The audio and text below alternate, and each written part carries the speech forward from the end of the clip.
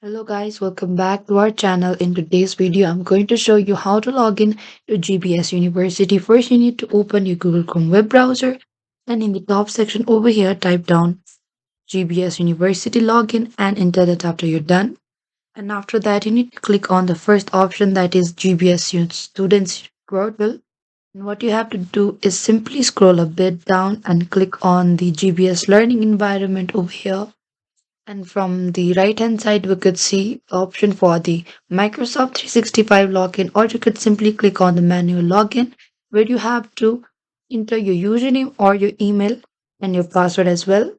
Simply type down your username or email and password as well and click on the login option, and then you'll be successfully logged into your GBL account. But if you have forgotten your username or password, click over here in order to recover it or reset it. And this is it, guys. Thank you for watching this video. I hope I could help you. Don't forget to like, subscribe, and hit the bell notification icon for more upcoming uploads.